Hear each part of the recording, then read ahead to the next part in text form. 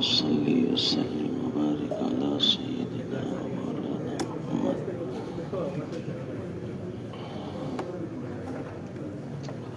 وعلى آله وصحبه الله সবাই سيدুল ইস্তিগফার একবার পড়ে নি اللهم أنت ربي لا إله إلا أنت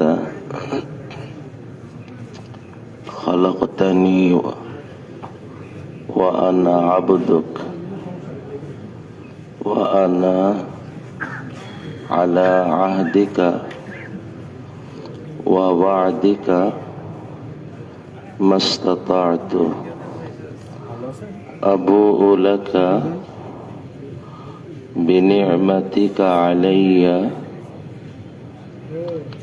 وأبوء بذنبي فاغفر لي فإنه لا يغفر الذنوب إلا أنت বুখারীর মধ্যে আসছে দিলের ইয়াকিনের সাথে যে এই সাইয়্যিদুল ইস্তিগফার সকালে পড়বে আর ওই দিনে মারা যাবে, আল্লাহ তার ঠিকানা সোজা জান্নাত বানাবেন। আবার সন্ধ্যায় পড়বে দিলের ইয়াকিনের সাথে, তো আল্লাহ আর ওই রাত্রে সে মারা যাবে, তো আল্লাহ তার ঠিকানাও সোজা জান্নাত দান করবেন। দিলের ইয়াকিনের সাথে মানে একটা হলো এই আমলের এই ফজিলত, এই ইয়াকিন, আর একটা হলো সাইয়্যিদুল ইস্তিগফারের প্রতিটি বাক্যের বক্তব্য, প্রত্যেকটা বাক্যের বক্তব্যকে দিল থেকে বলা, দিলের ইয়াকিনের সাথে বলা। যখন কোনো মানুষ নিয়মিত সকাল সন্ধ্যায় সাইয়্যিদুল ইস্তিগফারের মূল কথাগুলো উপলব্ধি করে দিলের ইয়াকিন নিয়ে এই শব্দগুলো উচ্চারণ করবে, তো এই মানসিকতা, এই চেতনা তার জীবনের মধ্যে এমন প্রভাব ফেলতে থাকবে যে এক সময় এই জীবন দুনিয়াতেই যেন এক জান্নাতি জীবন, সে যেন এক জান্নাতি মানুষ। আল্লাহ রব্বি কোনো ভূমিকা ছাড়া আজকেরা কিছু কথা আরজ করতে চাই। যেহেতু সকালের এই টাইমে আর একজন মেহমানকে আনা হয়েছে, সাধারণত আমরা এই সময় কোনো মেহমান রাখি না, কিন্তু মেহমানকে আমি বড় ইজ্জতের নিসবতে মেহমান মনে করি। সব মেহমানই আমার কাছে বড় ইজ্জতের, বাকি কিছু নিসবত আছে যে নিসবতের কারণে ওই ইহতেরামটা অনেক গুণ বেড়ে যায়। আমরা ছোট সেই সময় থেকেই আব্বাজান রহমতুল্লাহর কাছে, আব্বাজান রহমতুল্লাহর হাতে গোনা কয়েকজন উস্তাদের কথা খুব বেশি শুনতাম। তার মধ্যে অন্যতম একটা নাম ছিল হযরত মাওলানা কুব্বাদ আলী রহমতুল্লাহ আলাইহি।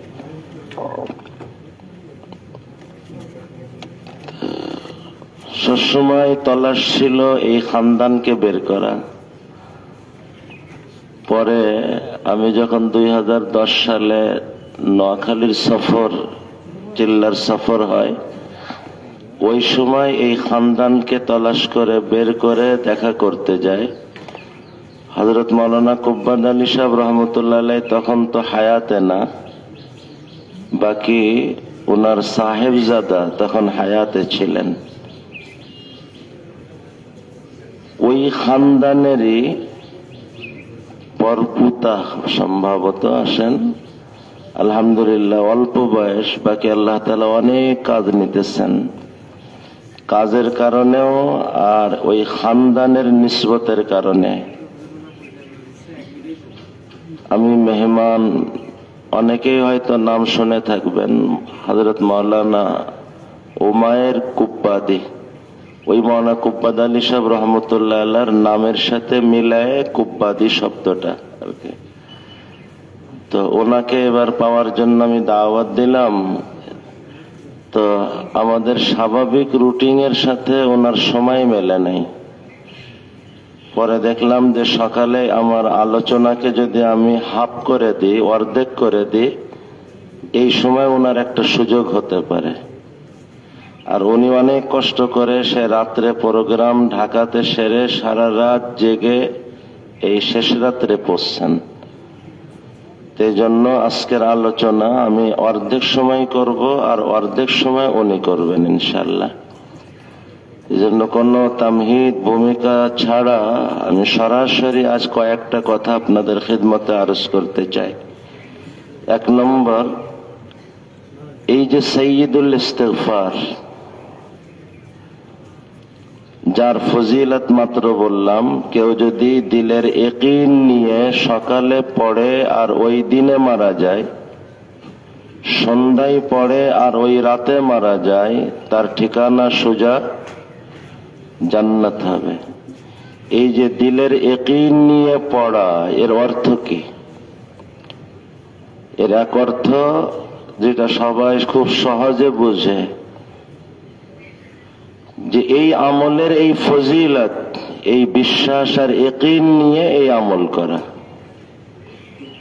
সাথে এর অর্থ এটাও নেওয়া, এই সাইয়্যিদুল ইস্তিগফারের কালেমাতের ভিতরে যে কথাগুলি লুকানো, যে তথ্যগুলো লুকানো, যে মর্মবাণী লুকানো, এই মর্মবাণীকে, এই চেতনাকে যদি কেউ উপলব্ধি করে আর উপলব্ধিটা ইয়াকিনের স্তরের উপলব্ধির সাথে করে, আর সেই ইয়াকিনের সাথে এই শব্দগুলো এই চেতনাকে প্রকাশ করার জন্য, এই চেতনায় নিজেকে উঠানোর জন্য সকাল সন্ধ্যায় এই আমলটা করতে থাকে, তো এই চেতনা, এই চেতনার প্রকাশ তার জীবনে, এই চেতনার প্রভাব পড়তে পড়তে সে এক জীবন্ত জান্নাতি মানুষ হয়ে থাকবে। অর্থাৎ সে মারা যাবে তো আল্লাহ তার ঠিকানা সোজা জান্নাত বানাবে। আপনি লক্ষ্য করেন, সাইয়্যিদুল ইস্তিগফারের কালেমাত, আযকারে মাসনুনার উপকার হয় পরিপূর্ণ, পড়াই উপকার, পড়াই উপকার, কিন্তু এর উপকার যখন অর্থ বুঝে পড়ে, উপকার বেড়ে যায়। ওর ভিতরের থাকা চেতনাকে উপলব্ধি করে পড়ে, তখন উপকার পরিপূর্ণ হয়। তো নবীজির থেকে বর্ণিত সাল্লাল্লাহু আলাইহি সাল্লাম, দোয়ার শব্দ, দোয়ার অর্থ, দোয়ার চেতনা, তিনটাকে একত্র করে যদি কেউ দোয়া জিকির করতে পারে, তখন তার উপকার পরিপূর্ণ রূপে আসে। শুধু দোয়া পড়া, শুধু ওই জিকিরে মাসনুন আদায় করাটাই উপকার। অর্থ বুঝলে উপকার বেড়ে যায়। চেতনাকে উপলব্ধি করে পড়ে, উপকার আরো বাড়ে, পরিপূর্ণ উপকার আসে। আল্লাহুম্মা আনতা রব্বি, প্রথম শব্দ আল্লাহ, আপনি আমার রব। আল্লাহুম্মা আনতা রব্বি, আল্লাহ আপনি আমার প্রতিপালক।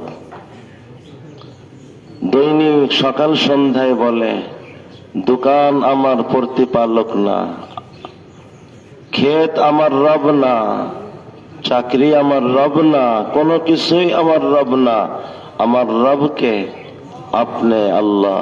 আল্লাহুম্মা আনতা রব্বি, যখন আপনি আমার রব, তো আপনি আমার সব।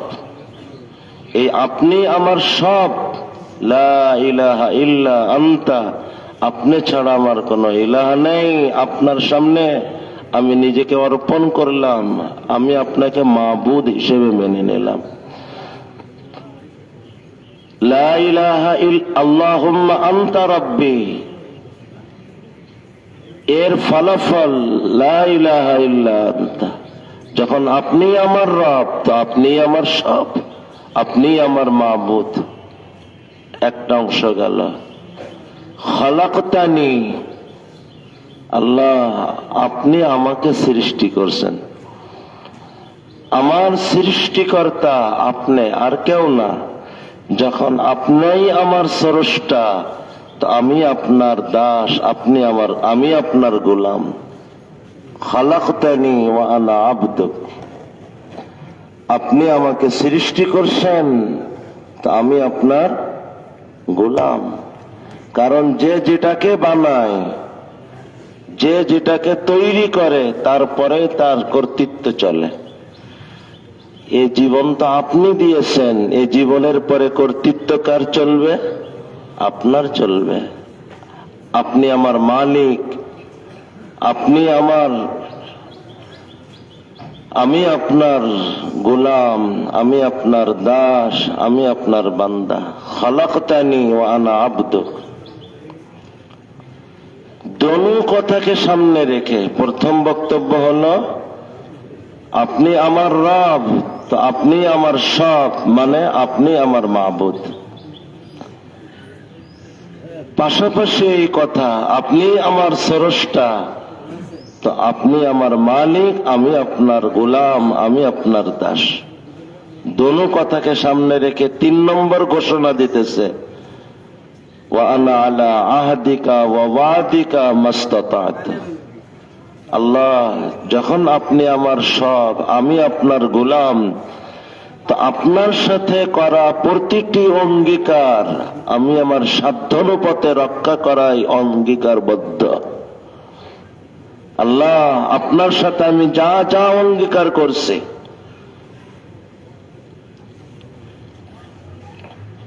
যখন আপনি আমাকে জিজ্ঞাসিলেন আলাস্তু বিরাব্বিকুম, তো প্রথম অঙ্গীকার করে আসছিলাম, হ্যাঁ আল্লাহ আপনি আমার রব। সেই অঙ্গীকার রক্ষা করতে আমি আমার সাধ্যে যত দূর আমি চেষ্টা করব। ওয়া আনা আলা আহদিকা ওয়া ওয়াদিকা মাস্তাতা'তু।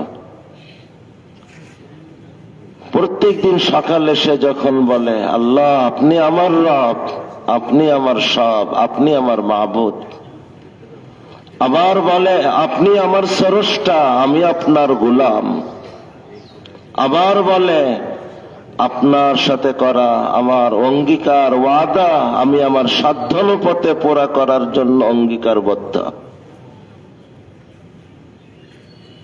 এরপরে আল্লাহকে বলে, আল্লাহ জীবনে ভুল ত্রুটি তো হতেই থাকে, আমার জীবনের যত ভুল ত্রুটি হয় এর কোনো ক্ষতি যেন আমাকে পেয়ে না বসে। আল্লাহ আপনার কাছে আমি পানাহ চাইতেছি, আউযু বিকা মিন শাররি মা সানা'তু। আমার কাজের ক্ষতির থেকে আমি আপনার পানাহ চাই। আমার জীবনে কত ভুল কথা, আমার জীবনে কত ভুল কাজ, আমার জীবনে কত ভুল সিদ্ধান্ত, আমার জীবনের কত কত ভুল আর ভুল, সেই সব ভুলের খেসারত যদি চলতে থাকে আমি তো ধ্বংস হয়ে যাব।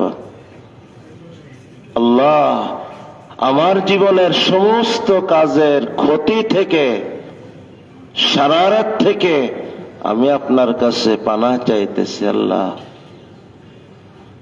ভুল তো হয়েছে, কিন্তু সেই ভুলের ক্ষতি যেন আমার না হয়।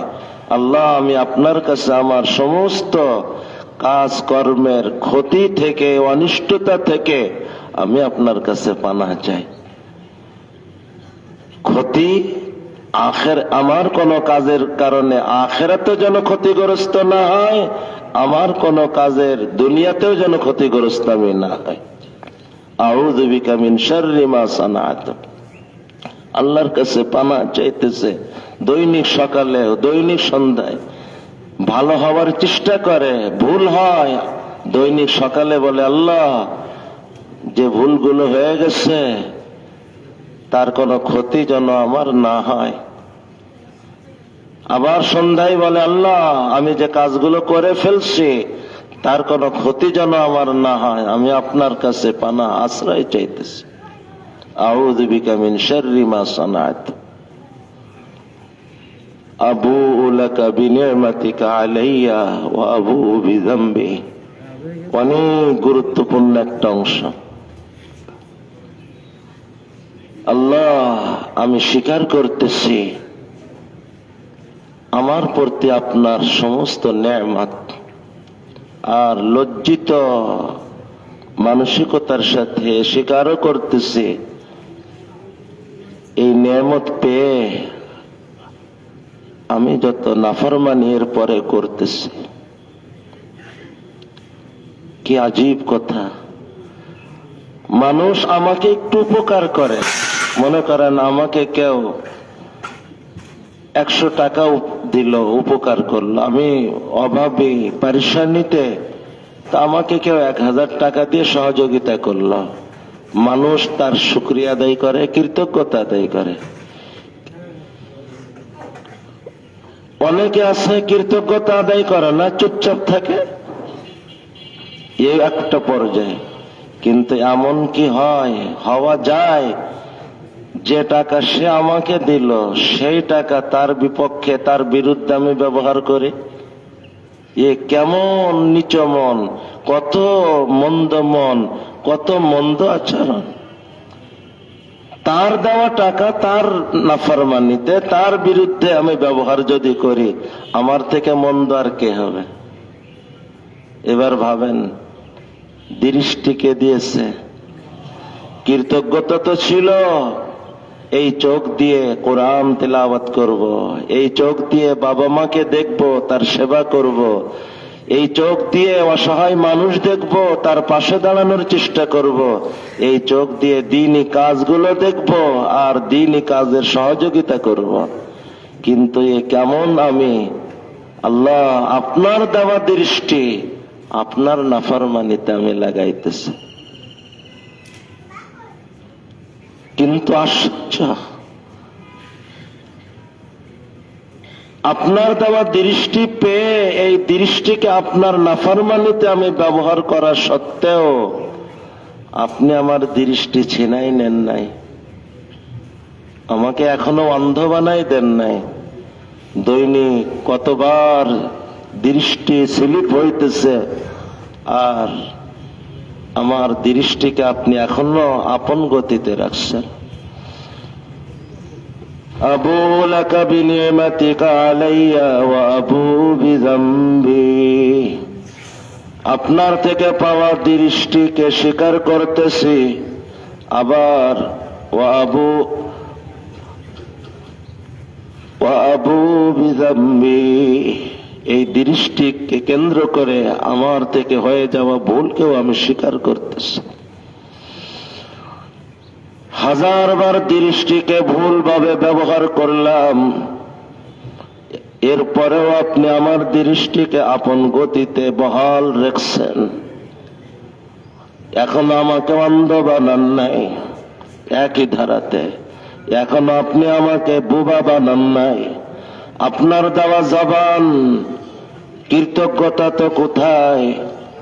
আপনার দেওয়া জবান দিয়ে আপনার নাফরমানি, গীবতে, মানুষকে আঘাত দেওয়াতে, মানুষের মধ্যে কথা লাগালাগিতে, এখন আপনি আমাকে বোবা তো বানান নাই।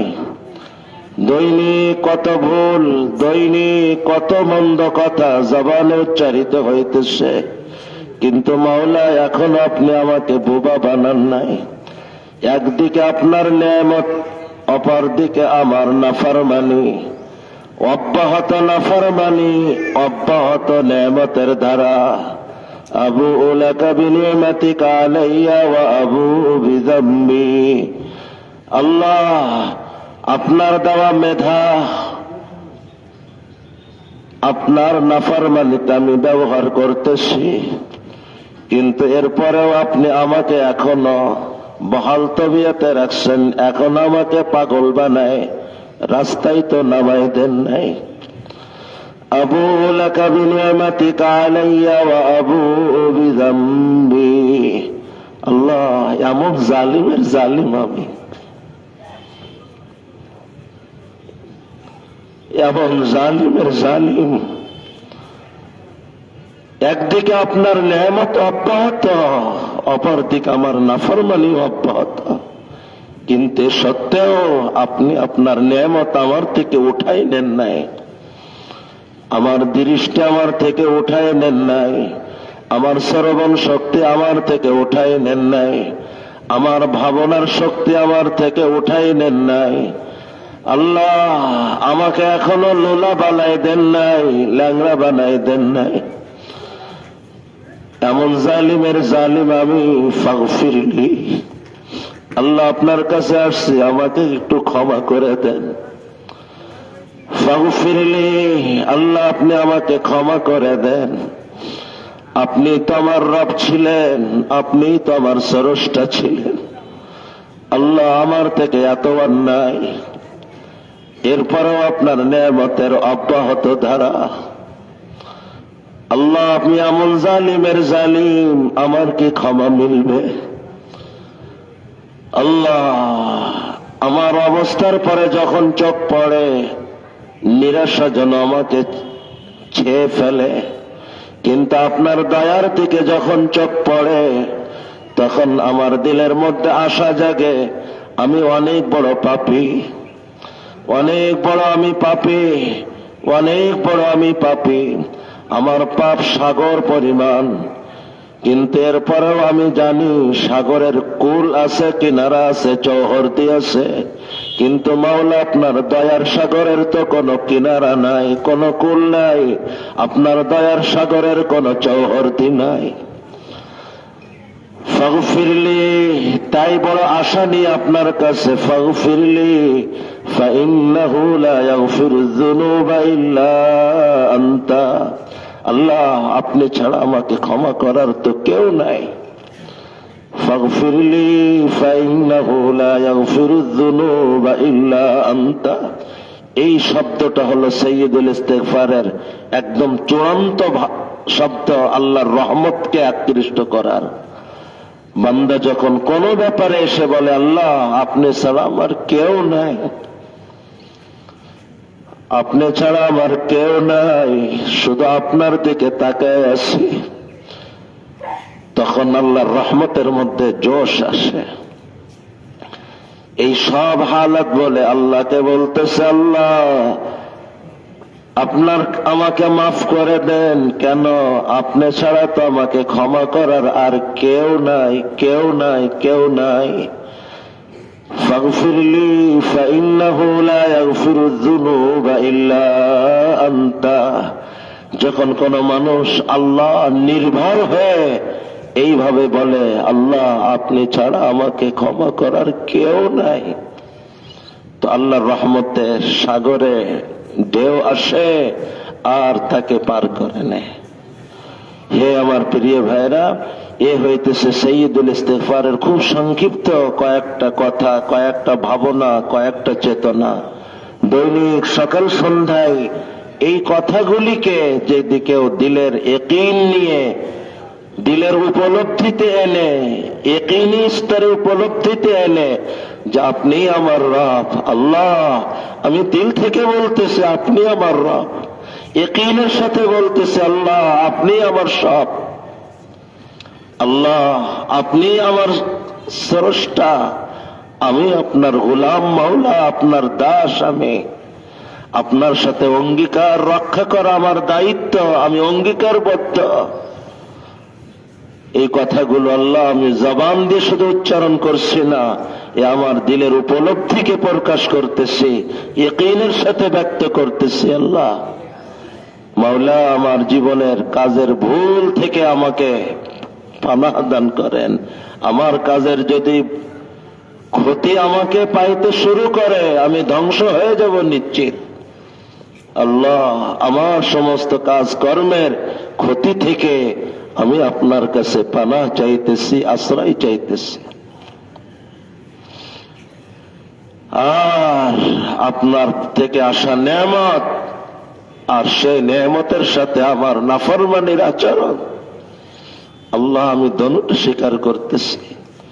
আপনার নেয়ামতের ধারা, অব্যাহত নেয়ামতের ধারাওকে স্বীকার করতেছি।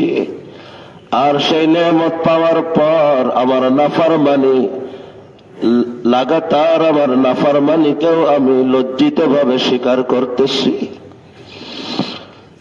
এত এত নাফরমানির পরেও আপনি আপনার নেয়ামতকে এখনো ছিনাই নেন নাই।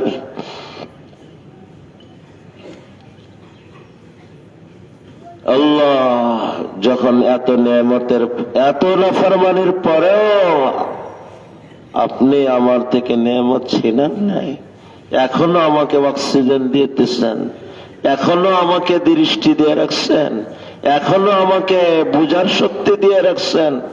আল্লাহ যখন এখনো নেয়ামত আপনি দিচ্ছেন, আপনার কাছে আমি বড় নেয়ামত চাইতেছি। কারণ নেয়ামত দিয়ে তো আপনি নেয়ামত পাওয়ার আশা জাগায় দিচ্ছেন আমাকে। আল্লাহ আমাকে ক্ষমার নেয়ামত দিয়ে দেন।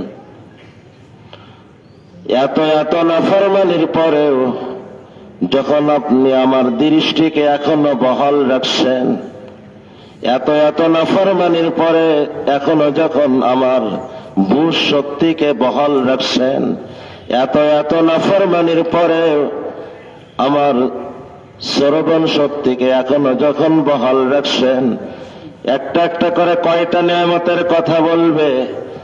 আল্লাহর সব নেয়ামতে আমি নাফরমানিও করতেছি, আর আল্লাহ তার নেয়ামত আমাকে বহাল তবিয়তে দিয়ে যাইতেছেন, বহাল গতিতে দিয়ে যাইতেছেন। আল্লাহ আপনার এই ধারাতে আমার ভিতরে আশা জেগে উঠছে। আপনি যখন এত এত নেয়ামত আমাকে এখনো দিতেছেন, আমার এত এত নাফরমানির পরেও আল্লাহ আপনি আমাকে ক্ষমার নেয়ামত দিয়ে দেন। ফাগফিরলি ফাগফিরলি, আল্লাহ আপনি আমাকে ক্ষমা করে দেন, ক্ষমার নেয়ামত আমাকে দান করেন। কেন এটাকে আমি এত বিশেষভাবে চাইতেছি? ফাইন্নাহু লা ইয়াগফিরুয যুনুবা ইল্লা আনতা, আপনি ছাড়া তো আমাকে ক্ষমা করার কেউ নাই মাওলা, কেউ নাই মাওলা। এ হইতেছে সাইয়্যিদুল ইস্তিগফারের কথাগুলি উপলব্ধিতে এলে দিলের ইয়াকিনের সাথে সকালে বলে, সন্ধ্যায় বলে, বলেন তার জীবনে এর প্রভাব কেমন পড়তে পারে। এই মানুষটা ওই দিনে মারা যাবে, তার ঠিকানা সোজা জান্নাত হবে। ওই রাতে মারা যাবে, তার ঠিকানা সোজা জান্নাত হবে। হে আমার প্রিয় ভাইরা, যেহেতু সকাল সন্ধ্যায় কয়েকটা আমল খুব বিশেষ গুরুত্বের সাথে করতে বলছে, এই জন্য এই আমলটা একটু খুলে বললাম, সংক্ষিপ্ত হলেও। দ্বিতীয়, সকাল সন্ধ্যার বহু আমলের মধ্যে দ্বিতীয় আমল যেটাকে বিশেষভাবে করতে বলছে, সেটা হলো বিসমিল্লাহিল্লাযী লা ইয়াদুররু, সবাই পড়ে 3 বার, বিসমিল্লাহিল্লাযী লা ইয়াদুররু মা ইসমিহি শাইউন ফিল আরদি ওয়ালা ফিস সামাই وهو السميع العليم. بسم الله الذي لا يضر مع اسمه شيء في الأرض ولا في السماء وهو السميع العليم. بسم الله الذي لا يضر مع اسمه شيء في الأرض ولا في السماء وهو السميع العليم. হাদিসে আসছে সকাল সন্ধ্যায় এই আমলটা যদি কেউ 3 বার করে, আসমান জমিনের কোন শক্তি, কোন কিছু তার কোনো ক্ষতি করতে পারবে না। আগের সৈয়দুল ইস্তিগফারের আমল আমার আপনার আখিরাতকে নিরাপদ বানানোর আমল, আর বিসমিল্লাহিল্লাযী লা ইয়াদুররুর এই আমল আমার আপনার দুনিয়াকে নিরাপদ বানানোর আমল। সকালে সে আমল সকাল শুরুই করে বিসমিল্লাহ, আমি আল্লাহর নামের সাহায্য নিয়ে, আল্লাহর নামের সাহায্য নিয়ে আমি আমার দিন আরম্ভ করতেছি। কোন আল্লাহর নাম? লা ইয়াদুররু মা ইসমিহি, লা ইয়াদুররু মা ইসমিহি শাইউন, যার নামের সাথে, যার নামের পরে কোনো কিছু ক্ষতি করতে পারে না, না জমিনের কোনো কিছু, না আসমানের কোনো কিছু।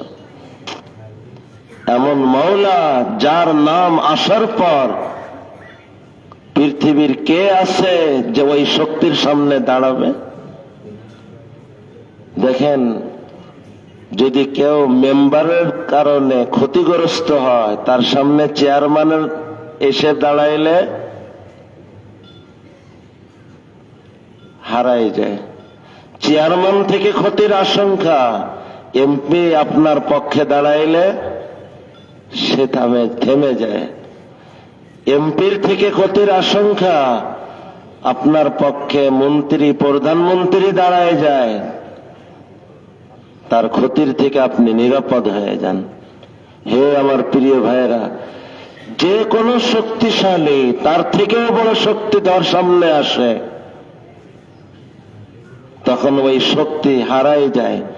যখন সূর্য এসে যায়, পূর্ণিমার আলো হারাই যায়।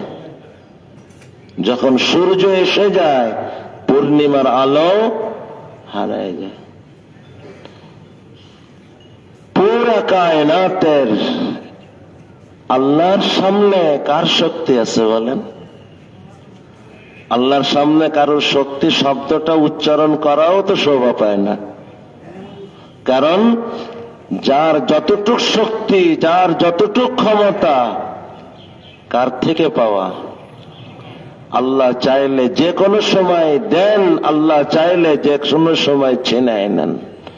আল্লাহুম্মা মালিকাল মুলক তুতিল মুলকা মান তাশা ওয়া তানজিউল মুলকা মিম্মান তাশা ওয়া তুইজ্জু মান তাশা ওয়া তুযিল্লু মান তাশা বিয়াদিকাল খায়র ইন্নাকা আলা কুল্লি শাইইন কাদির। আল্লাহ যাকে চান তাকে ক্ষমতা দেন, রাজত্ব দেন, আবার যখন চান তাকে ক্ষমতার থেকে নামান, নিঃস্ব বানায় দেন। যার ক্ষমতার দাপটে সব কাঁপে, এমন ক্ষমতাহীন বানায় সে নিজেও আশ্রয় নেওয়ার জায়গা পায় না। তুতিল মুলকা মান তাশা ওয়া তানজিউল মুলকা মিম্মান তাশা, এমন ক্ষমতার তিনি। ফাআলুল লিমা ইউরিদ, যা চান তাই করেন তিনি। ইযা আরাদা শাইআন আন ইয়াকুলা লাহু কুন ফায়াকুন, হও বলতে দেরি, হইতে দেরি না। পুরো আসমান জমিনের সব কিছু যার একচ্ছত্র মালিকানাতে। লাহু মা ফিস সামাওয়াতি ওয়া মা ফিল আরদ, লাহু মা ফিস সামাওয়াতি ওয়া মা ফিল আরদ, সব কিছু যার নিয়ন্ত্রণে। সেই মাওলার নাম আসার পরে কে আছে যে আমাকে ক্ষতি করতে পারে? এই ইয়াকিন, এই বিশ্বাসের সাথে সকাল সন্ধ্যায় আমি আল্লাহর নামের সাহায্য নিয়ে ওই ওই আল্লাহর নামের সাহায্য, যার নাম আসার পরে আসমান জমিনের কোনো কিছু ক্ষতি করার কোনো সাহসই রাখে না, শক্তিই রাখে না, ক্ষতি করতেই পারে না। সেই মাওলার নাম নিয়ে আমি আমার দিন আরম্ভ করলাম, আমি আমার রাত আরম্ভ করলাম। এই চেতনাকে দিলের মধ্যে জাগ্রত করে ইয়াকিনের সাথে যখন এই আমল সকাল সন্ধ্যায় করবে, তো আল্লাহ তাআলার কুদরতি হিফাজত, নিরাপত্তা তার সাথে লেগে যাবে। কিভাবে কুদরতি হিফাজত লাগবে তার প্রমাণ দলিল দুয়ার শেষ শব্দের মধ্যে। তোমার ক্ষতি যে করতে চায়, মাওলা তার ওই সব ক্ষতি করার প্ল্যান সবকিছু জেনে নেন, কারণ তিনি সামিউন। শুধু সোনার ধারাতে না, যত যত ধারাতে মানুষ ষড়যন্ত্র করে, মানুষের সব ষড়যন্ত্র, তোমার ক্ষতি করার সব পরিকল্পনা তার নজরের বাহিরে থাকতে পারে না, কারণ তিনি আলিম। ওয়া হুয়াস সামিউল আলিম, ওয়া হুয়াস সামিউল আলিম। আসল আলিম শব্দটা এখানে মূল, সামিউন শব্দটাকে উল্লেখ করা হয়েছে মানুষ স্বাভাবিক যে মানুষের যে ক্ষতি যে ধারাতে হয়, এগুলো স্বাভাবিক মানুষ কোন ক্ষতির আলোচনা করে, ক্ষতির পরিকল্পনা সামনে আনে, তো আল্লাহ তার সব পরিকল্পনাকে শোনেন, তার সমস্ত ষড়যন্ত্রকে শোনেন। এর ভিতর দিয়ে তিনি জানেন। এর বাহিরেও আরো যদি কোনো ধারাতে জানার ধারা থাকে, সব ধারাকে বাদ দিয়ে এক কথাই বলো, তিনি তো সবার সব ধারা জানেন। যে তোমাকে যে ধারায় ক্ষতি করতে চায়, কোন মানুষ সেটাও তিনি জানেন, কোন জিন সেটাও তিনি জানেন, দুনিয়া আসমানের কোন অন্য কোন প্রাণী বস্তু সেটাও তিনি জানেন। ওয়া হুয়াস সামিউল আলিম। মাওলার ইলমের বাহিরে কেউ তোমার কোনো ক্ষতি করতে পারে না, কেউ আমার ক্ষতি করতে পারে না। এটা আমার ঈমান, এটা আমার বিশ্বাস, এটা আমার ইয়াকিন। ওয়া হুয়াস সামিউল আলিম। তিনি তো আমার সব কিছুতে অবগত। আমি কখন কোথায়, আমার আশপাশে কে, আমার জন্য কে কি প্ল্যান করছে, কি কি ষড়যন্ত্র করছে, আমাকে কে কিভাবে আঘাত দেওয়ার চিন্তা করছে, সব কিছু তো তার ইলমে। কারণ তিনি আলিমুম বিদাতিস সুদূর, কারণ তিনি আলিমুল গায়বি ওয়াশ শাহাদা। ওয়া হুয়াস সামিউল আলিম, ওয়া হুয়াস সামিউল আলিম, ওয়া হুয়াস সামিউল আলিম।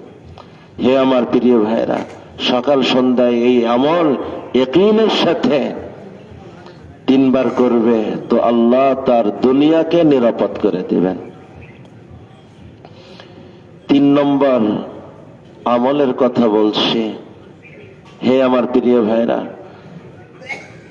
প্রথম আমলে আমার দুনিয়া নিরাপদ, দ্বিতীয় আমলে প্রথম আমলে আমার আখিরাত নিরাপদ, দ্বিতীয় আমলে আমার দুনিয়া নিরাপদ। এখন আমার দুনিয়া এবং আখিরাত উভয় জাহানে আমার সফলতার জন্য আল্লাহর দয়ার বড় প্রয়োজন, আল্লাহর রহমতের বড় প্রয়োজন। রহমতে ইলাহি ছাড়া আমার দুনিয়াও আমি সুন্দর করতে পারবো না, আমার আখিরাত আমি সুন্দর করতে পারবো না। তো আল্লাহর রহমত আমার জীবনে ধারণ করার স্বার্থে আমি সকাল সন্ধ্যায় আরো অনেকগুলি উদ্দেশ্য নিয়ে সকাল সন্ধ্যায় আমি 10 বার করে নবীজি সাল্লাল্লাহু আলাইহি ওয়াসাল্লামের পরে দুরূদের হাদিয়া পাঠায়।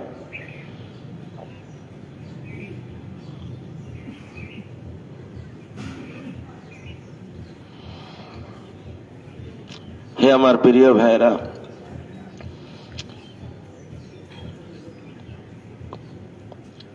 দুরূদ মানেটা কি? বান্দা আল্লাহর কাছে বলে, দোয়া করে, মাবুদ আমার নবীর পরে আপনি দয়া বর্ষণ করেন, রহমত নাজিল করেন। বিষয়টা কি এমন আমি আমার নবীর জন্য আল্লাহর কাছে চাইলে নবীজির পরে আল্লাহ রহমত নাজিল করবেন, আর আমি দোয়া না করলে আল্লাহ রহমত দেওয়া বন্ধ করে দিবেন। আল্লাহ তো তার নবীর পরে সবসময় রহমত নাজিল করতেই থাকবেন। আমি বললেও কি না বললেও কি, চাইলেও কি না চাইলেও কি, আল্লাহ শুধু আমার থেকে এতটুকু দেখতে চান যে নবী তোমার জন্য, তোমাদের জন্য, উম্মতের জন্য যে তার জীবনকে কোরবান করে দিছেন, ফেদা করে দিছেন, সেই নবীর কৃতজ্ঞতায় তুমি নিজেকে কতটুকু পেশ করতে পারো। তুমি কি সেই নবীর জন্য তুমি তোমার মাওলার কাছে একটু দোয়া কি করতে পারো? তার জন্য কি একটু রহমত চাইতে পারো? আমি আল্লাহ শুধু এতটুকু তোমার থেকে দেখতে চাই, আমার নবী তোমার জন্য, তোমাদের জন্য জীবন কোরবান করছেন। আমার এই কোরবান করা নবী, ফেদা হয়ে যাওয়া নবী, উম্মতি উম্মতি আওয়াজে জিন্দেগিকে কোরবান করা এই নবীর জন্য তুমি কতটুক শুকরগুজার, তুমি কতটুক কৃতজ্ঞতা আদায়কারী, আমি আল্লাহ এতটুক শুধু দেখতে চাই। আর তোমার বলার কারণে নবীর পরে কি দয়া করব? তুমি একবার নবীর জন্য দয়া চাবে, আমি আল্লাহ তোমার পরেই 10 বার দয়া করব। এ হইতেছে আল্লাহর নিজাম। আমি আমার নবীর জন্য রহমত কামনা করি। আরে আমার কামনার সাথে কি সম্পর্ক? আমি আমার নবীজির জন্য রহমত চাই বা না চাই, আমার মাওলা তো আমার নবীজির পরে সবসময় রহমত নাজিল করতেই থাকে। কিন্তু আমি যখন আমার মাওলার কাছে আমার নবীজির জন্য রহমত প্রার্থনা করি আর বলি, আল্লাহ আমার নবীর পরে রহমত নাজিল করেন, আল্লাহুম্মা সাল্লি আলা মুহাম্মদ, তো আল্লাহ খুশি হন আর আমার উপরেই আল্লাহ 10 বার রহমত নাজিল করে দেন। আল্লাহর দয়া আমার জিন্দেগিতে 10 বার এসে যায়। হে আমার প্রিয় ভাইরা, দুরুদের অসংখ্য বারাকাত, অসংখ্য বারাকাত, অসংখ্য বারাকাত। যে দুরুদ পড়ে তার অন্তরে নবীজির মহব্বত বাড়ে। যে দুরুদের আমল করে তার অন্তরে নবীজির মহব্বত আসে। দুরুদ পড়তে থাকে, নবীজির মহব্বত অন্তরে বাড়তে থাকে, বাড়তে থাকে, বাড়তে থাকে।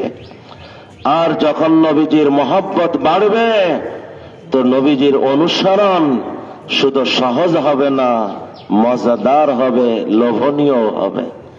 আর নবীজি সাল্লাল্লাহু আলাইহি ওয়াসাল্লামের সাথ যদি কেউ গ্রহণ করতে পারে, এই মানুষটা আল্লাহর কাছে কতটা প্রিয়, কতটা প্রিয়। হে আমার প্রিয় ভাইয়া, পুরানা কথা, বারবার বলা কথা, আমি তো আল্লাহকে চাই, আল্লাহ আমাকেই চাওয়া শুরু করে। আমি আল্লাহকে চাই আর আল্লাহ আমাকে চাই। কোরআন বলে, কুল ইন কুনতুম তুহিব্বুনাল্লাহ ফাত্তাবিউনি ইউহিব্বুকুমুল্লাহ ইউহিব্বুকুমুল্লাহ ইউহিব্বুকুমুল্লাহ। तुम मुहिब थे महबूब बन जाओगे। शेखुल इस्लाम हजरत मदनी रहमतुल्लाह अलैह बोलतेन, এই আয়াত কারিমা পড়ার পর আবেগময় হয়ে, तुम मुहिब थे महबूब बन जाओगे, तुम आशिक थे माशूक बन जाओगे, तुम मुहिब थे महबूब बन जाओगे, तुम आशिक थे माशूक बन जाओगे। হে আমার প্রিয় ভাইরা, তো দুরুদের কারণে আমার অন্তরে নবীজির মহব্বত, আর যখন আমার অন্তরে নবীর মহব্বত, তো নবীর সাজ গ্রহণ, সুন্নতের জিন্দেগি আপনানো আমার জন্য সহজ হবে। এটা মহব্বতের স্বভাব। যার মহব্বত অন্তরে থাকে, 2-10 দিন যাইতে যাইতে না দেখা যায় চুল তার মতন, পোশাক তার মতন, ভাব ভঙ্গিমা তার মতন। কেউ কি তারে বলছে যে তার মতন হও? কিন্তু তার মতন হয় কেন? এটা মহব্বতের স্বভাব। যার মহব্বত দিলে থাকে তার মতন হতে মজা লাগে। যখন নবীর মহব্বত দিলের মধ্যে আসবে তো নবীর সাজ গ্রহণ করা শুধু সহজ হবে না, নবীজির সাজ গ্রহণ করা আমার জন্য লোভনীয় হবে, মজাদার হবে। তো দুরূদের আমল আমার অন্তরে নবীজির মহব্বত আনবে। দুই, শুধু আমার অন্তরে না, নবীজির অন্তরেও আমার মহব্বত আল্লাহ তাআলা দান করবেন। আর 3 নম্বর, আমি একবার নবীর পরে দুরূদের হাদিয়া করব, আল্লাহ আমার পরে 10 বার রহমতের হাদিয়া পাঠাবেন।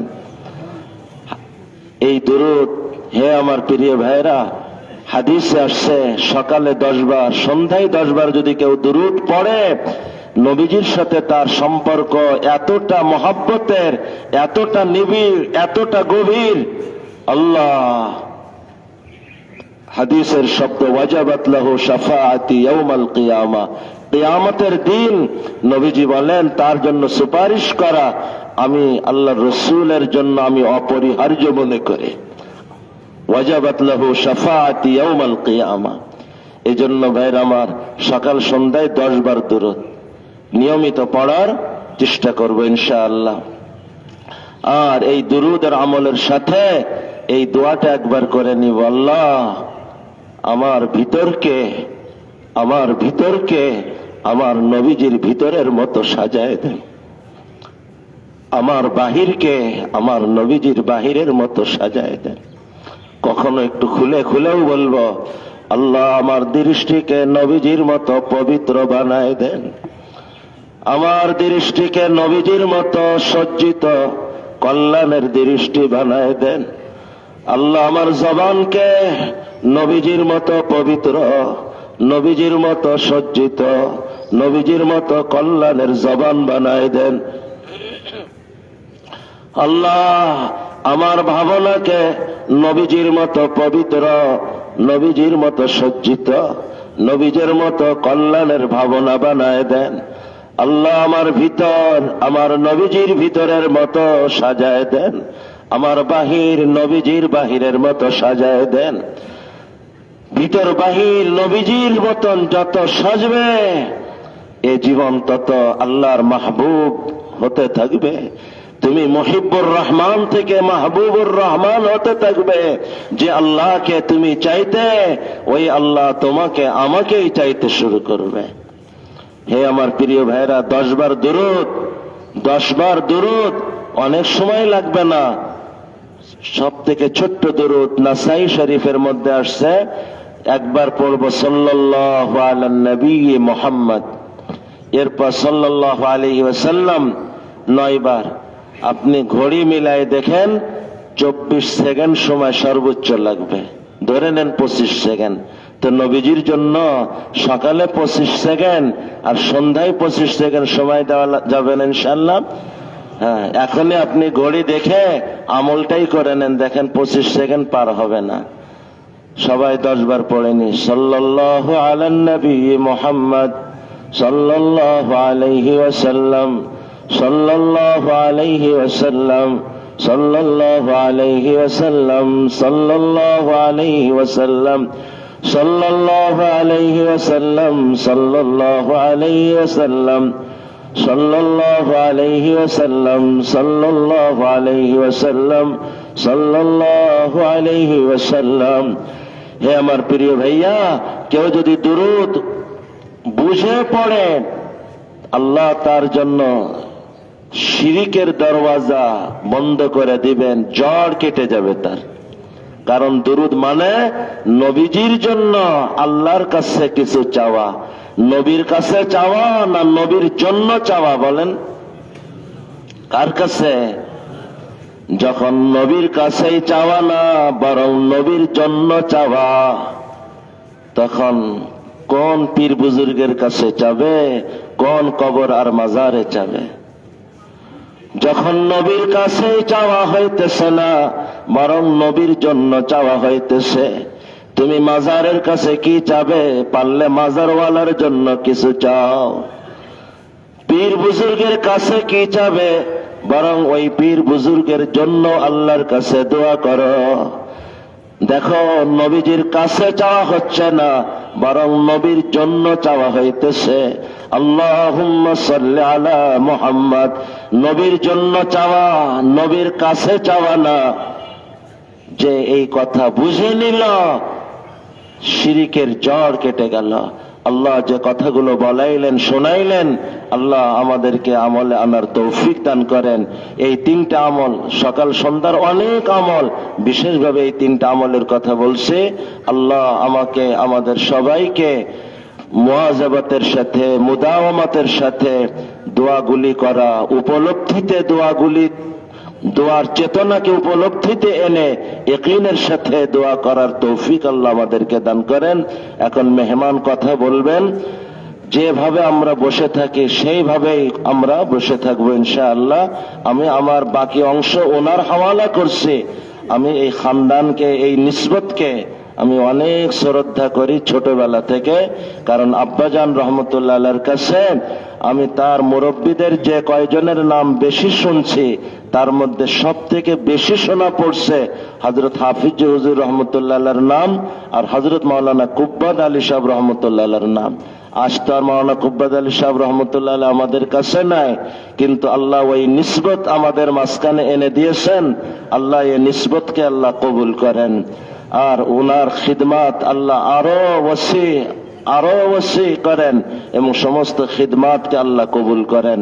আল্লাহুম্মা আমিন। ওয়া আখিরু দাওয়ানা আনিল হামদুলিল্লাহি রাব্বিল আলামিন।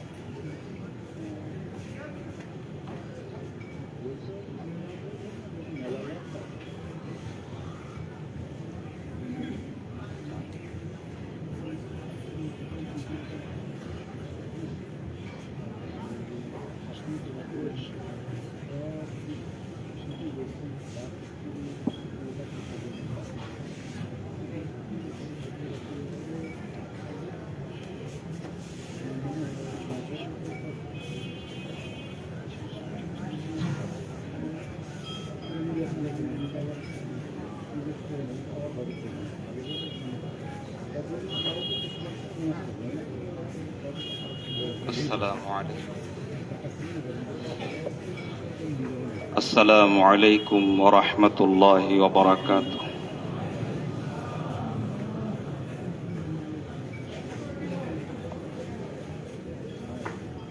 يا رب لك الحمد كما ينبغي لجلال وجهك ولعظيم سلطانك.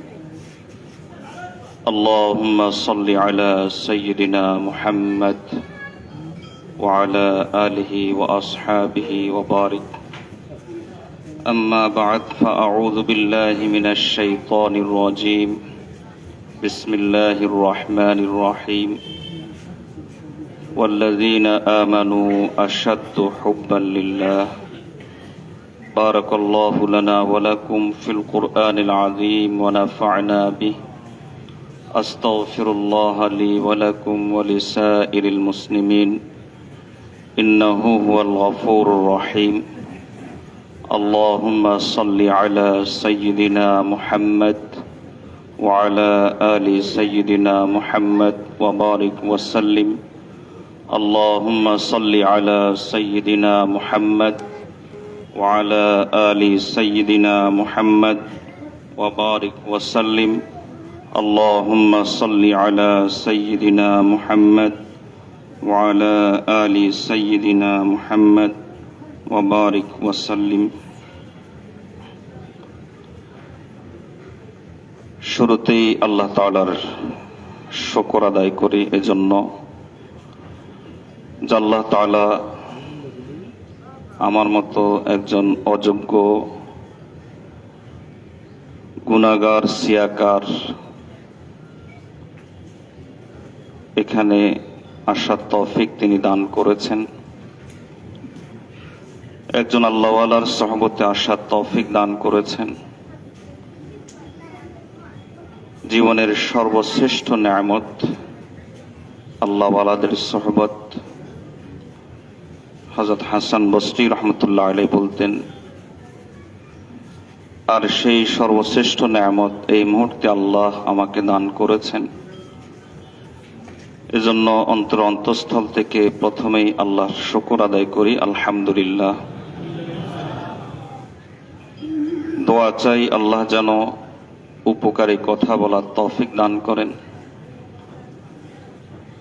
আল্লাহ যেন ওই কথাগুলো বলার তৌফিক দেন যে কথাগুলো বললে, যে কথাগুলো শুনলে আমাদের জীবনের পরিবর্তন আসবে। হযরতের শফকত, নেক নজর আল্লাহ আমাদের সকলের উপর দায়েম কায়েম রাখুন। মূলত সবকিছুর মূলেই হলো আল্লাহ তাআলার মহাব্বত। আল্লাহ তাআলার মহাব্বত যখন অন্তরে ভরপুর হয়ে যায়, তখন জীবন চলার পথ পরিবর্তন হয়ে যায়। ইমামে কুশাইরি রহমতুল্লাহ আলাইহি লেখেন, ফালা ইয়াসমাউ ইল্লা মা ইউহিব্বুহুল্লাহ ওয়ালা ইয়ারা ইল্লা মা ইউহিব্বুহুল্লাহ ওয়ালা ইয়ামশি ইল্লা ইলা মা ইউহিব্বুহুল্লাহ ওয়ালা ইয়াখুযু বিয়াদিহি ইল্লা মা ইউহিব্বুহুল্লাহ ফাসুআলুহু মুজাবুন ওয়া দুআউহু মুজাবুন ওয়া হুয়া মাহফুজুন মিন কুল্লি শার। আল্লাহর মহব্বত যখন অন্তরে চলে আসে, তখন সে কথাই বলে, সে কথাই শুনে, যে কথা বললে আল্লাহ খুশি হন, যে কথা শুনলে আল্লাহর মহব্বত পাওয়া যায়, তখন সে সেদিকে যায় যেদিকে গেলে আল্লাহর মহব্বত পাওয়া যায়। তখন তার কদম সেদিকে অগ্রসর হয় যেদিকে অগ্রসর হলে আল্লাহ তাআলার মহব্বত পাওয়া যায়। তার চলার স্টাইল, বলার ধরন, তার শোনার ধরন সবকিছু পাল্টে যায়। এমনকি তখন সে জমিনে বসে আল্লাহ বলে ডাক দেয়, আল্লাহ তখন সঙ্গে সঙ্গে আরশ থেকে বান্দা বলে ডাকতেন। এমনকি সে জমিনে বসে আল্লাহর কাছে কোনো দোয়া যখন করে, আল্লাহ সঙ্গে সঙ্গে তার দেশে দোয়া শুনে নেন। আল্লাহ তাআলা তাকে সব ধরনের অনিষ্টতা থেকে, শার থেকে, গুনাহ থেকে হেফাজত করেন যখন তার অন্তরে আল্লাহর মহব্বত চলে আসে। ফলে তার নামাজের গাফলতি দূর হয়ে যায়, গুনার দিকে তার মন যায় না, অগ্রসর হয় না। চোখ নিয়ন্ত্রণে চলে আসে, জবান নিয়ন্ত্রণে চলে আসে। আল্লাহর ভাষায় ইউহিব্বুহুম ওয়া ইউহিব্বুনাহু, তখন আল্লাহ তাকে মহব্বত করা শুরু করেন, সে আল্লাহকে মহব্বত করা শুরু করে। आँखों से आँखों इशारे हो गई, हम तुम्हारे तुम हमारे हो गई। সে তখন আল্লাহর হয়ে যায়, আল্লাহ তখন তার হয়ে যায়।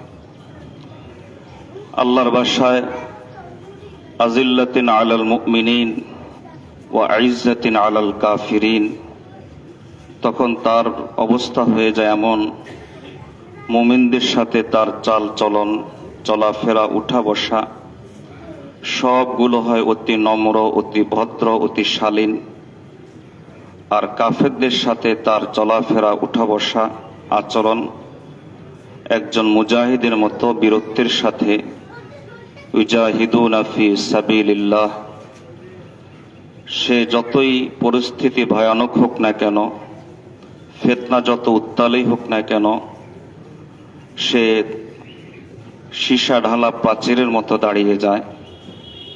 আল্লাহর ভাষায় ওয়ালা ইয়াখাফুনা লাউমাতা লাইম, কোনো নিন্দাকারীর নিন্দা তখন সে শোনে না। তার অন্তরে একটাই থাকে আল্লাহর মহব্বত, আল্লাহকে পেতে হবে। তার চিন্তা একটাই থাকে আল্লাহর মহব্বত, আল্লাহর কাছে আমাকে পৌঁছতে হবে। সে দুনিয়ার রক্তচক্ষু দেখে ভয় পায় না, বরং সে जिस दौर में जीना मुश्किल है उस दौर में जीना लाजिम है, डरते नहीं जमाना की खूनी मंजर से।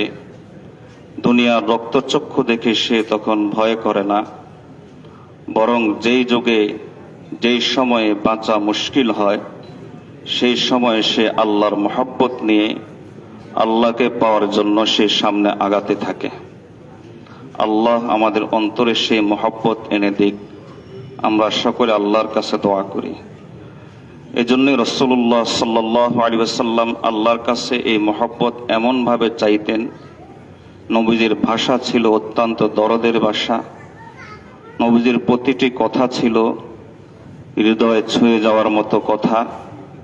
নবীজি সাল্লাল্লাহু আলাইহি ওয়াসাল্লাম আল্লাহর কাছে এভাবে দোয়া চাইতেন, আল্লাহর কাছে এভাবে দোয়া করতেন, আল্লাহুম্মা জাআল হুব্বাকা আহাব্বাল আশিয়াই ইলাইয়া মিন নাফসি ওয়া মিন মালি ওয়া মিন আহলি ওয়া মিনাল মাইল বারিদ। ও আল্লাহ, আপনার মহব্বত, আপনার ভালোবাসা আমার অন্তরে এই পরিমাণ ভরপুর করে দিন যে দুনিয়ার যা কিছু আছে আমার দেখা ও দেখা সব কিছুর চাইতে যেন আমি আপনাকে বেশি মহব্বত করতে পারি। ও আল্লাহ, আমি আমাকে যত না মহব্বত করি আপনাকে যেন এর চাইতে বেশি মহব্বত করতে পারি। ও আল্লাহ, আপনার মহব্বত এই পরিমাণে আমার সিনাতে ভরে দিন যে আমি আমার পরিবারকে যে পরিমাণ মহব্বত করি আপনাকে যেন এর চাইতে বেশি মহব্বত করতে পারি। ও আল্লাহ, আমি আমার সম্পদকে যে পরিমাণ মহব্বত করি আপনাকে যেন এর চাইতে বেশি মহব্বত করতে পারি। ও আল্লাহ, একজন পিপাসার্ত মানুষ উত্তপ্ত মরুভূমির ভিতরে দাঁড়িয়ে ঠান্ডা পানিকে যেভাবে ভালোবাসে, যে পরিমাণ মহব্বত করে, ও আল্লাহ, আপনাকে যেন এর চাইতে বেশি মহব্বত করতে পারি। নবী সাল্লাল্লাহু আলাইহি ওয়াসাল্লাম আল্লাহর কাছে আল্লাহর মহব্বত চেয়েছে, আল্লাহর কাছে দোয়া করতেন। উম্মতকে শিখিয়ে দিয়েছেন যে সব কিছুর মূলতে যেহেতু আল্লাহ তাআলার মহব্বত, কাজেই লা ঈমানা লিমান লা মুহাব্বাতা লাহু, তোমার অন্তরে যদি এই মহব্বত না থাকে তাহলে তোমার ঈমানই পরিপূর্ণ হবে না, তোমার ঈমানই আল্লাহর কাছে গ্রহণযোগ্য হবে না। কিন্তু আমাদের অন্তরে এই মহব্বত পরিপূর্ণ হয় না, আমাদের অন্তরে এই মহব্বত পরিপূর্ণভাবে আসে না। এর কারণ কি? এর কারণ হলো মূলত চারটা। এই চারটা কারণ ছোট্ট করে বলে আমি আপনাদের কাছে দোয়া চাইব। প্রথমেই আল্লাহ যেন আমার জীবন থেকে এই কারণগুলোকে, এই বাধাগুলোকে, আল্লাহর মহব্বতের পথের এই বাধাগুলোকে দূর করার তৌফিক দান করেন। আপনাদের জন্য আমি দোয়া করব মুসাফির হিসাবে, আল্লাহ যেন আপনাদের অন্তর থেকেও আল্লাহর মহব্বতের পথে যে বাধাগুলো আছে সেই বাধাগুলোকে যেন আল্লাহ দূর করার তৌফিক দান করেন। আল্লাহর মহব্বতের পথে প্রথম বাধা হলো দুনিয়ার লোভ।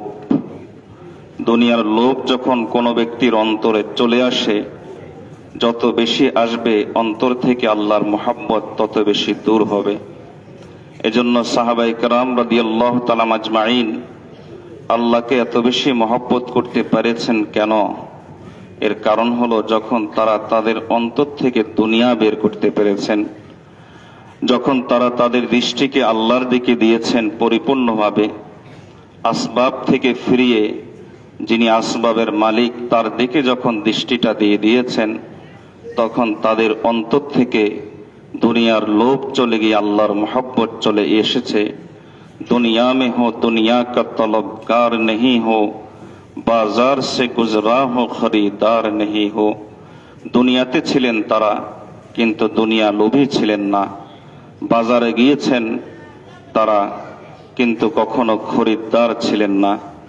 আল্লাহর মহব্বত অন্তরে চলে আসার কারণে তাদের দাম আল্লাহর কাছে এত বেশি হয়ে গিয়েছে যে আল্লাহ কোরআন মজিদের মধ্যে তাদের ব্যাপারে বলে দিয়েছেন, রাদিয়াল্লাহু আনহুম ওয়া রাদু আনহু, যে আমি আল্লাহ এদের উপর সন্তুষ্ট, এরাও আমি আল্লাহর উপর সন্তুষ্ট।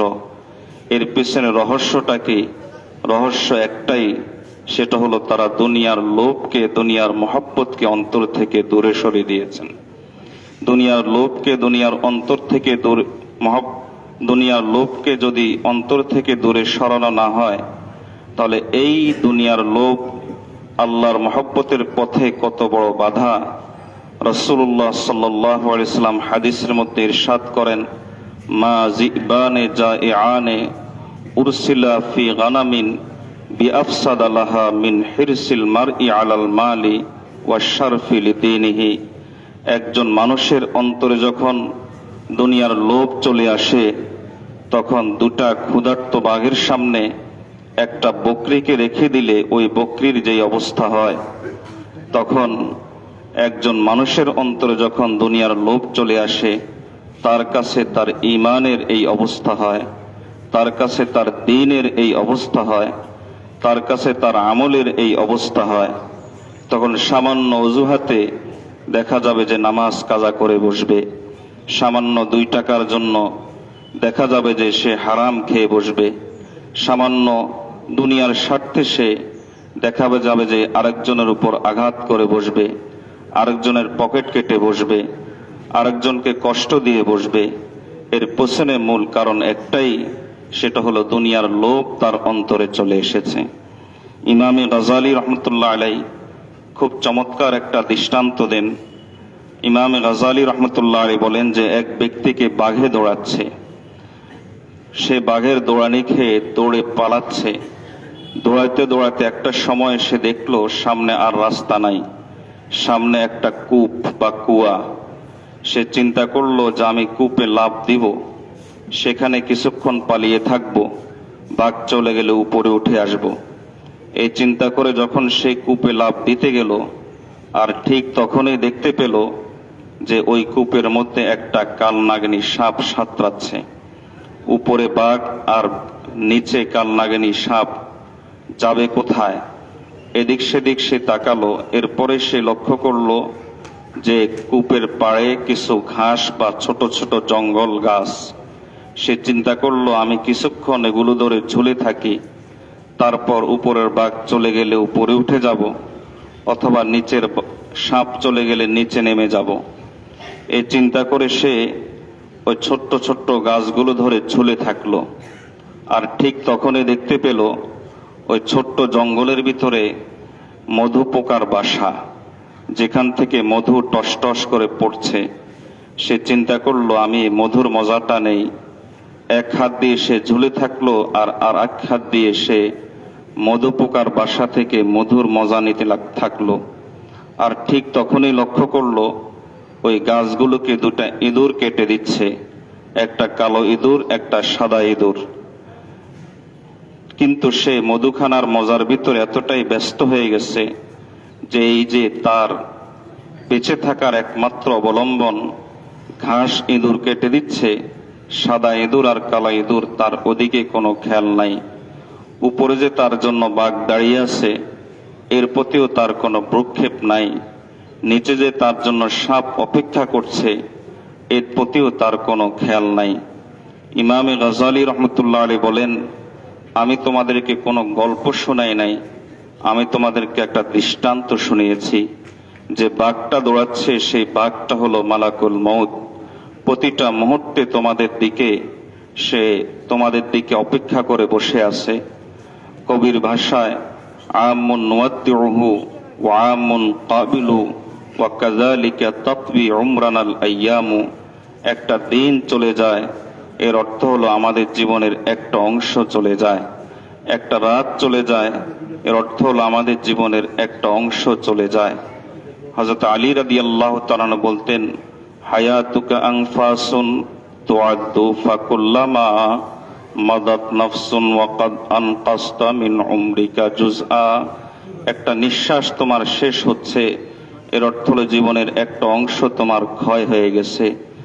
আমরা কিন্তু দুনিয়ার লোভে পড়ে এগুলো সব ভুলে বসে আছি। সামনে যে আমার জন্য কবর জগৎ অপেক্ষা করছে, সেটাকেও আমরা ভুলে বসে আছি। আমরা দুনিয়ার মধুখানার ভিতরেই ব্যস্ত আছি। এজন্য রাসূলুল্লাহ সাল্লাল্লাহু আলাইহি ওয়াসাল্লাম বলেন যে একজন অপরাধী অপরাধ ছাড়তে পারে না কেন? নবীজি বলেন সব গুনার পেছনে মূল কারণ হলো দুনিয়ার লোভ। নামাজি নামাজ পড়তে পারে না দুনিয়ার লোভের কারণে। ইন্টারনেটে আসক্ত ব্যক্তি ইন্টারনেট ছাড়তে পারে না পর নারীর প্রতি লোভ, যেটাও দুনিয়ার লোভ। দুনিয়ার লোভের কারণে একজন মানুষ কুদৃষ্টি ছাড়তে পারে না দুনিয়ার লোভের কারণে। সুদ ছাড়তে পারে না দুনিয়ার লোভের কারণে, ঘুষ ছাড়তে পারে না দুনিয়ার লোভের কারণে। নবীজি সাল্লাল্লাহু আলাইহি ওয়াসাল্লাম বলেন, হুব্বুদ দুনিয়া রাসু কুল্লি খাতিয়া, যত অপরাধ আছে, যত অন্যায় আছে, যত গুনাহ আছে, সব গুনার পেছনে একটাই কারণ, সেটা হলো দুনিয়ার লোভ। এই দুনিয়ার লোভ যখন অন্তর থেকে আমরা বিদায় দিতে পারবো, আস্তে আস্তে আল্লাহর মহব্বত আমাদের অন্তরে আসতে থাকবে। আর যত বেশি বিদায় দিব, দুনিয়ার লোভ যত বেশি অন্তর থেকে দূর করতে পারবো, আল্লাহর মহব্বত তত বেশি অন্তরে চলে আসবে। হযরত ইমামে শাফি রহমতুল্লাহ আলাইহি খুব সুন্দর করে বলতেন, আলা ইন্নামাদ দুনিয়া কামাইতাতি জিফাতিন ওয়া তুল্লাবুহা কাল কিলাবিল হাওয়ামিসি। ইমামে শাফি রহমতুল্লাহ আলাইহি বলেন, আরে দুনিয়ার লোভ এটা তো হলো যার অন্তরে ঢুকে যায়, তার দৃষ্টান্ত হলো ঘেউ ঘেউকারী কুত্তার মতো। ঘেউ ঘেউকারী কুকুর, তার দৃষ্টান্ত হলো দুনিয়ার লোভীর দৃষ্টান্ত। একটা ঘেউ ঘেউকারী কুকুর যেমন ভাবে একটা মরা গরু নিয়ে 24 ঘন্টা পড়ে থাকে, ঠিক তেমনি ভাবে দুনিয়ার লোভ ঢুকে গেলে তার কাছে দিন ধর্মের জন্য সময় থাকে না, তার কাছে ভালো মজলিসে যাওয়ার সময় থাকে না, তার কাছে নেক আমল করার সময় থাকে না। 24 ঘন্টা সে দুনিয়া নিয়েই ব্যস্ত থাকে, 24 ঘন্টায় দুনিয়া নিয়ে সে পড়ে থাকে। এজন্য আল্লাহর মহব্বত যদি আমরা আনতে চাই, আমাদের প্রথম কাজ হলো দুনিয়ার লোভ অন্তর থেকে দূর করা। আমরা এই দুনিয়ার লোভ অন্তর থেকে দূর করার জন্য প্রস্তুত আছি তো ইনশাআল্লাহ? কে কে প্রস্তুত আছেন একটু আল্লাহকে দেখান। হে আল্লাহ, আমাদেরকে আপনার নেক বান্দাদের এই মজলিস থেকে আপনাকে মহব্বতকারী হিসাবে কবুল করে নেন। হে আল্লাহ, আপনি আমাদেরকে আপনার আশিক হিসাবে কবুল করে নেন। ও আল্লাহ, আপনি আমাদেরকে তওবাকারী হিসাবে এই মজলিস থেকে উঠার তৌফিক দান করেন।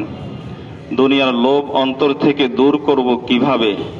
দুনিয়ার লোভ অন্তর থেকে একদিনে দূর হয় না, আস্তে আস্তে দূর করতে হয়, ধীরে ধীরে ঘষতে হয়, মাজতে হয়, অন্তরের উপর করাত চালাতে হয়, মুজাহাদা করতে হয়।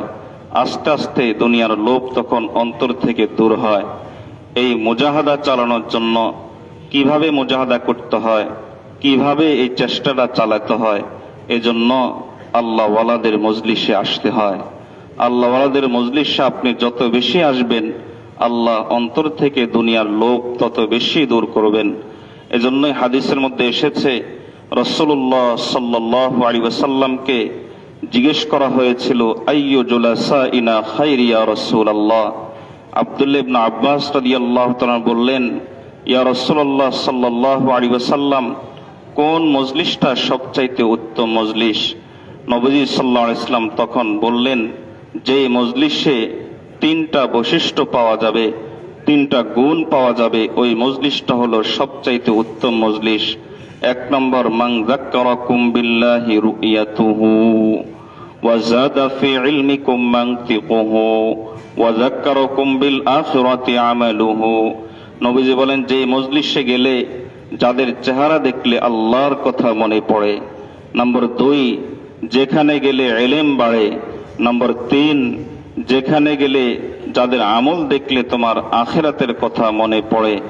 এই মজলিসটা হলো সবচাইতে উত্তম মজলিস। আল্লাহ আমাদেরকে এমন একটা উত্তম মজলিসে আসার তৌফিক দিয়েছেন, এজন্য আমরা আবার অন্তঃস্থল থেকে আল্লাহর শুকর আদায় করে আলহামদুলিল্লাহ। আল্লাহ আমাদের অন্তর থেকে দুনিয়ার লোভ দূর করে দিন। এজন্য আল্লাহ ওয়ালাদের মজলিস কত দামি।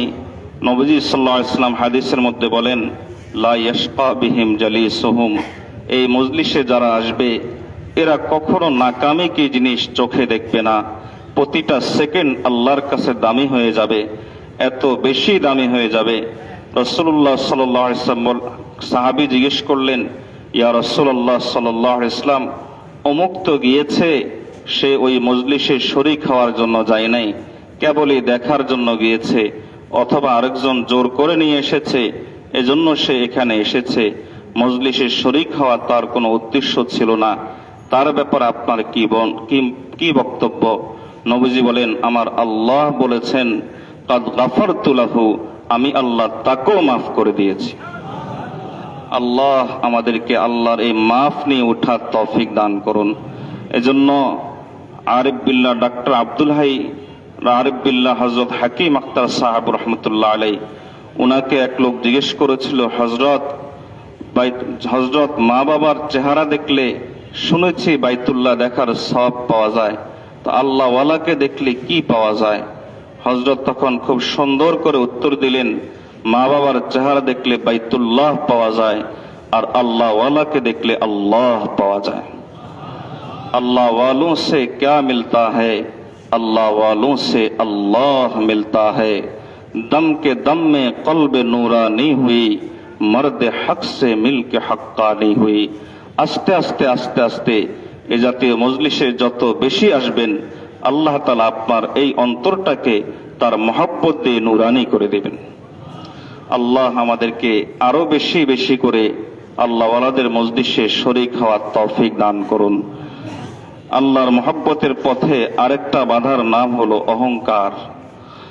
অহংকার ও আল্লাহর মহব্বতের পথে কত বড় বাধা দেখুন। নবীজি সাল্লাল্লাহু আলাইহি ওয়াসাল্লাম বলেন, এত বড় অহংকার থাকা লাগবে না, এত বড় অহংকার থাকা লাগবে না, বরং লা ইয়াদখুলুল জান্নাতা মান কানা ফি কলবিহি মিসকালু হাব্বাতি খারদালিম মিনাল কিবরি। এক সরিষা দানা পরিমাণও যদি অহংকার থাকে, তাহলেও সে জান্নাতে প্রবেশ করবে না, তাহলেও সে জান্নাতে আসতে পারবে না। এত বড় বাধা অহংকার। এই অহংকার কত বড় বাধা হলে একটা জিনিস চিন্তা করেন, ইবলিসকে এত বড় আবেদ হয়েও আল্লাহর রহমত থেকে মাহরুম করে দেওয়া হয়েছে, তাকে কিয়ামত পর্যন্ত লানতের উপযুক্ত বানিয়ে দেওয়া হয়েছে শুধুমাত্র এই অহংকারের কারণে। এজন্য এই অহংকারটুকু অন্তর থেকে দূর করা ছাড়া আল্লাহর মহব্বত কখনো অন্তরে আনা যাবে না।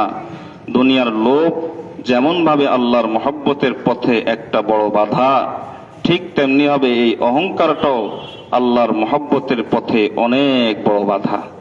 এজন্য এই অহংকার আমাদের থেকে দূর করার দরকার আছে কিনা দেখুন। অহংকার কাকে বলে? ধরেন আপনার বয়স 50, আরেকজনের বয়স 30, আপনি মনে করলেন যে আমার বয়স বেশি, তার বয়স কম। এটা অহংকার না, এটা বাস্তবতা। ধরেন আপনি ইমাম, আপনি মনে করলেন আমি ইমাম আর এই লোকটা হলো আমার মুসল্লি। এটা অহংকার না, এটা বাস্তবতা। ধরেন আপনি আলেম, আরেকজন আলেম নন, আপনি মনে করলেন আমি আলেম, এই লোক আলেম নয়। এটা অহংকার না, এটা বাস্তবতা। শিক্ষক মনে করলো আমি শিক্ষক, এ আমার ছাত্র। এটা অহংকার না, এটা বাস্তবতা। পীর মনে করলো আমি পীর, এ আমার মুরিদ। এটা অহংকার না, এটা বাস্তবতা। পয়সাওয়ালা মনে করলো আমার কাছে টাকা পয়সা আছে আর এই লোকটা ফকির, তার কাছে টাকা পয়সা নাই। এটা অহংকার না, এটা বাস্তবতা। শিক্ষিত মনে করলো যে আমি শিক্ষিত আর এই লোকটা মূর্খ। এটা অহংকার না, এটা বাস্তবতা। তাহলে অহংকার কি জিনিস? আলেম যদি মনে করে আমি আলেম, এজন্য আমার দাম বেশি, আর এই লোকটা আলেম নয়, এজন্য তার দাম কম, এটা অহংকার। পয়সাওয়ালা যদি মনে করে আমার পয়সা বেশি আর এই লোকটার পয়সা কম, কাজেই আমার দাম বেশি, তার দাম কম, এটা অহংকার। শিক্ষিত যদি মনে করে আমার শিক্ষা বেশি, এই লোকের শিক্ষা কম, কাজেই আমি দামি, এই লোক দামি নয়, এটা অহংকার। বয়স্ক লোক যদি মনে করে বয়স হওয়ার কারণে আমার দাম বেশি আর এই লোকের দাম কম, এটা অহংকার। এই অহংকার যতক্ষণ পর্যন্ত অন্তরে থাকবে, আমার দাম বেশি, আমার দাম বেশি, আমার দাম বেশি, অমুকের দাম কম, অমুকের দাম কম, এই জিনিসটা যতক্ষণ পর্যন্ত অন্তরে থাকবে, ততক্ষণ পর্যন্ত মহব্বত, আল্লাহর মহব্বত কখনো অন্তরে আসবে না। হযরত হাসান বসরি রহমতুল্লাহ আলাই খুব সুন্দর করে বলেন, অহংকার আর আল্লাহর মহব্বত হলো 2 সতীনের মতো। 1 সতীন থাকলে ওখানে আরেক সতীন যেমন থাকতে চায় না, ঠিক তেমনি ভাবে অহংকার যদি কারো অন্তরে থাকে, তাহলে আল্লাহর মহব্বতও সেখানে থাকতে চায় না, বিদায় নিয়ে যায়। এজন্য এই অহংকারের চিকিৎসা দরকার আছে কিনা? আল্লাহ আমাদেরকে অহংকার ও চিকিৎসা গ্রহণ করার তৌফিক দান করুন।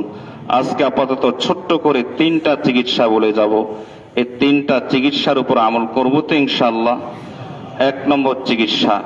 অহংকারের এক নম্বর চিকিৎসা হলো আজকে থেকে মনে মনে একটা সিদ্ধান্ত নিয়ে নেবেন, আমার সাথে সকাল থেকে শুরু করে ঘুমানোর আগ পর্যন্ত যত লোকের সঙ্গে দেখা হবে, চাই সে আমার ছেলে হোক, চাই সে আমার ছাত্র হোক, চাই সে আমার ছোট ভাই হোক, চাই সে আমার চাইতে ফকির হোক, চাই সে আমার চাইতে কম শিক্ষিত হোক, চাই সে আমার চাইতে কম পজিশনের লোক হোক, তার দাম আমার চাইতে আল্লাহর কাছে বেশি। এটা যত বেশি সকাল থেকে সন্ধ্যা পর্যন্ত জপতে থাকবেন, তত বেশি আল্লাহ আপনাকে বিনয় দান করবেন। হাকিমুল উম্মত মুজাদ্দিদ মিল্লাত শাহ আশরাফ আলী থানভী রহমতুল্লাহ আলাইহি বলেন, এটা এমন নয় যে একদিন করলেই যথেষ্ট হয়ে যাবে। মৃত্যুর কয়েক সেকেন্ড আগেও তোমাকে শয়তান এই ধোঁকা দিয়ে যে তোমার দাম বেশি, তোমাকে আল্লাহর রহমত থেকে মাহরুম করিয়ে দিতে পারে। এজন্য মৃত্যুর আগ পর্যন্ত এই কল্পনা করে যেতে হবে।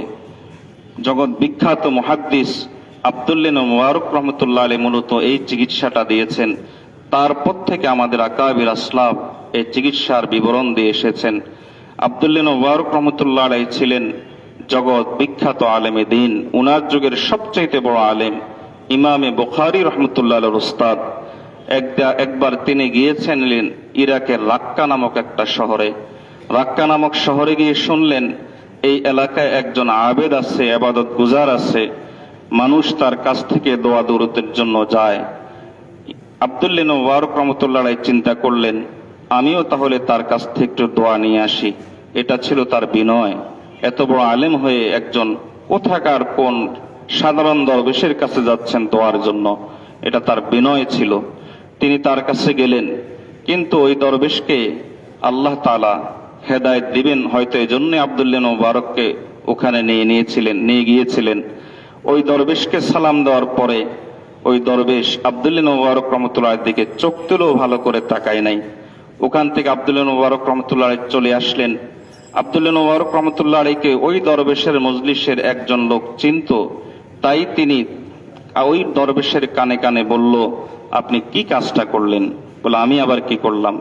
জগৎ বিখ্যাত আলেম আব্দুল্লাহ ইবনে মুবারক আপনার কাছে এসেছে, আর আপনি তার দিকে ভালো করে তাকানো নাই, ভালো করে সালামের উত্তরটাও নেন নাই।